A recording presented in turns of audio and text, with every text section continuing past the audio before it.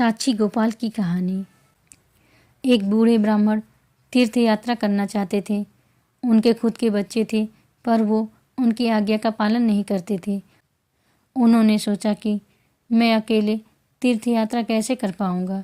एक गरीब ब्राह्मण का लड़का था।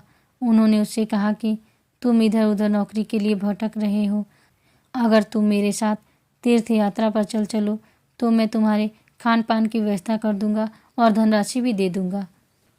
ब्राह्मण ने कहा, अच्छा है, आपके साथ तीर्थों का भी दर्शन हो जाएगा। वह जहाँ जहाँ जाना चाहते थे वह जवान ब्राह्मण उन्हें ले गया। जब ब्रजधाम आया तो उन्हें बहुत बुखार आ गया। उस ब्राह्मण ने बूढ़े ब्राह्मण की बहुत सेवा की। बूढ़े ब्राह्मण उसकी सेवा से बहुत द्रवित हुए। वह धनी तो थे ही।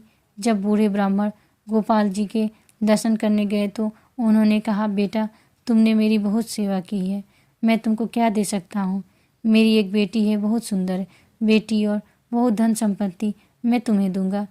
उस जवान ब्राह्मण ने बूढ़े ब्राह्मण से कहा, देखो बाबा, आप यहाँ तो बोल रहे हैं, लेकिन घर पर आपके जवान लड़के हैं, वो मेरी पिटाई करेंगे। उन बूढ़े ब्राह्मण ने कहा कि मैं गोपाल जी को साक्षी करके कहता हूँ कि अपनी बेटी की शादी तुम्हारे साथ करवा दूंगा और तुम्हें संपत्ति भी दूंगा। बात तय हो गई। तीर्थ यात्रा खत्म कर जब घर पहुँचे तो बूढ़े ब्राह्मण की हिम्मत नहीं हुई कि वो अपने लड़कों के सामने बात कर सके।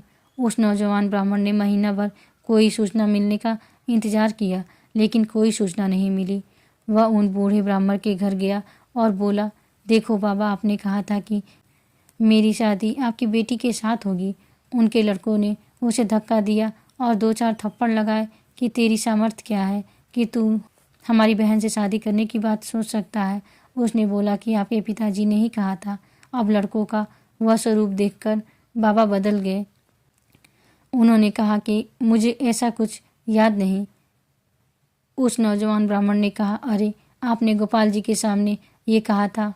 उन्होंने पीट के उससे वहाँ से भगा दिया। उस लड़के को इस बात का बहुत बुरा लगा कि उसने अपनी तरफ से तो कहा नहीं था शादी के लिए। उन्होंने उसका अपमान भी किया।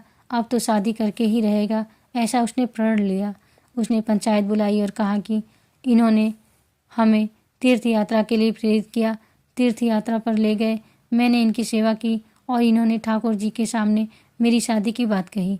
पंचायत ने बोला कि कोई और गवाही दे तब बात बनेगी। उसने कहा कि वहाँ तो केवल मैं, यह बूढ़े ब्राह्मण और ठाकुर जी ही थे। पंचायत ने बोला कि अगर ठाकुर जी गवाही दे दे तो तुम्हारी शादी हो सकती है। इस बात पर बूढ़े ब्राह्मण भी राजी हो गए, क्योंकि उन्होंने सोचा कि गोपाल जी थोड़ी ना आएंगे गवाही देने। उन्होंने सोचा कि मूर्ति थोड़ी चलकर आएगी गवाही देने। लेकिन उस जवान ब्राह्मण ने गोपाल जी को मूर्ति नहीं माना था। वह वृंदावन आया। उस दिन के लिए ठाकुर जी का शयन हो चुका था। वो बहुत परेशान हुआ। मंदिर का दरवाज़ा बंद था। उसने खटखटाया और कहा, सुनो गोपाल जी, मैं आपसे ये पूछने आया हूँ कि उन वृद्ध ब्राह्मण ने आपके सामने शादी की बात बोली थी ना। 2-4 बार आवाज़ लगाई, कोई उत्तर नहीं आया। फिर वो बहुत ज़ोर से बोला, देखो, मैं आपको चैन से सोने नहीं दूंगा। मैं पैदल चलकर आया हूँ, भूखा भी हूँ। मेरी शादी की बात है, छोटी मोटी बात नहीं, आपको बोलना ही पड़ेगा। ठाकुर जी ने अंदर से कहा, मूर्ति कहीं चलती है क्या? उसने कहा, जब मूर्ति बोल रही है तो चलेगी क्यों नहीं। ठाकुर जी फंस गए। ठाकुर जी बाहर निकल कर आए। उसने देखा बहुत सुंदर नौकिशोर गोपाल जी साक्षात ठुमक ठुमक कर चल के आए। ठाकुर जी बोले, देखो, तुम्हारे भाव के कारण हम चलने के लिए राजी तो हैं, लेकिन हमारे भोग की व्यवस्था तुम्हें करनी पड़ेगी, क्योंकि हम वृंदावन के ठाकुर हैं। हमें तो व्यंजन चाहिए, हम तो रबड़ी, गुलाब जामुन वगैरह ही पाते हैं। उसने कहा, शादी का चक्कर है तो हम आपकी व्यवस्था तो करेंगे ही। उसने गोपाल जी से पूछा कि आप उड़ीसा कैसे चलेंगे। गोपाल जी ने कहा, चलेंगे तो हम पैदल ही, आगे आगे तुम चलना, पीछे पीछे हम चलेंगे। थोड़ी थोड़ी देर में हमें भोग लगाते रहना, हमारे नुपुरों की ध्वनि तुम्हें सुनाई देती रहेगी।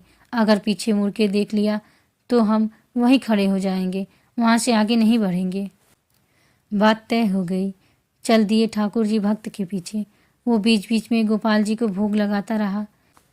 जब अपने गांव के नज़दीक पहुंचा तो सोचा केवल नूपुर ही बज रहे हैं या गोपाल जी पीछे आ भी रहे हैं। मुड़कर देखा तो ठाकुर जी खड़े थे। ठाकुर जी ने कहा, अब यहाँ से आगे मैं नहीं चलूँगा, तुम सबको बुलाकर यहीं लाओ। वो दौड़कर गांव में गया और हल्ला मचा दिया कि वृंदावन के ठाकुर आए हैं, साक्षी दे दे। भीड़ इकट्ठा हो गई साक्षात गोपाल जी को देखने के लिए। सब पंच भी वहाँ आ गए। अब ठाकुर जी को देखकर उस वृद्ध ब्राह्मण की कुछ बोलने की हिम्मत नहीं हुई। ठाकुर जी उस भक्त के वचन की रक्षा के लिए सबके सामने बोले और गवाही दी, और उसके बाद उस नौजवान की शादी हो गई। यह कहानी कलयुग की ही है। बात है हमारी श्रद्धा और हमारे विश्वास की। अगर हमने ठाकुर जी को मान लिया कि मूर्ति है तो मूर्ति ही रहेंगे, और अगर मान लिया कि हम भले नहीं समझ पा रहे हैं लेकिन ये हमारे ठाकुर हैं, तो एक दिन वो आपको समझा देंगे कि वो ठाकुर है। भगवान को कभी फोटो या मूर्ति न माने, वो साक्षात प्रभु ही हैं। ऐसी भावना करे तो वो अनुभव में आने लगेगा कि ठाकुर जी साक्षात आपके सामने विराजमान हैं। राधे राधे।